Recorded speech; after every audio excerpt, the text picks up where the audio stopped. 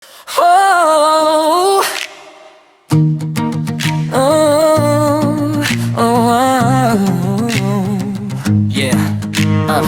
Sa bawat kanto ng bayan, may hikbing di marinig.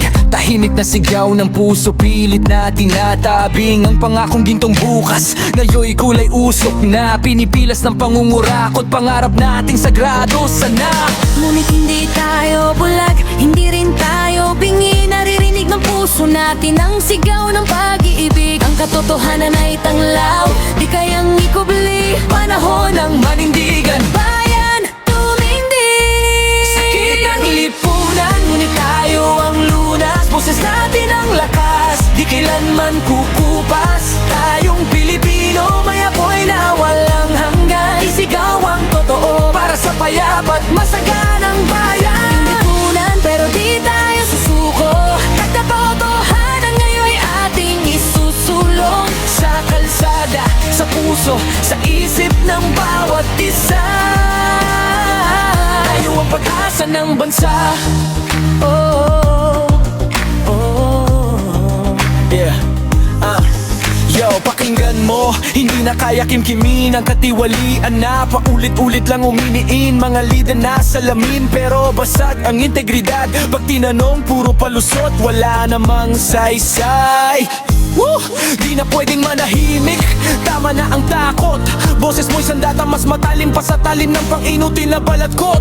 Lakad, sigaw, kapit-bisig, sabay-sabay para sa bayan nating mahal. Hindi tayo magpapapuray. Hindi kami kalaban, kami ang mamamayan. Tagapangalaga ng kinabukasan, tunay na kailangan. Kung ngayon yung sumama, kami hindi titigil. Dahil ang hustisya ay hindi laruan, hindi ninyo pwedeng bilhin. May luha sa mata ng mga tatang umuasa na balang araw may liwanag sa gising ng bansa. Ang inay nagdarasal, ang ama'y kumakayod, habang ang ilan sa trono'y puro bulsa lang ang sinusunod. Pero hindi tayo pagod, puso'y naglalagablad. Tibok ng sambayanan, ngayon ay pumapalag. Dugo ng bayani, dumadaloy sa atin. Handang sumigaw at tumindig para sa bayan natin. Sakit ng lipunan, ngunit tayo ang lunas. Boses natin ang lakas, bansa'y di magigiba. Tayong Pilipino, isang tinig, isang sigaw. Katotohanan, katarungan at mapayapang araw. Sakit ng lipunan, kaya tayo'y lalaban. Para sa kinabukasan, tunay na makakamtan. Hindi titigil, hindi tatalikod.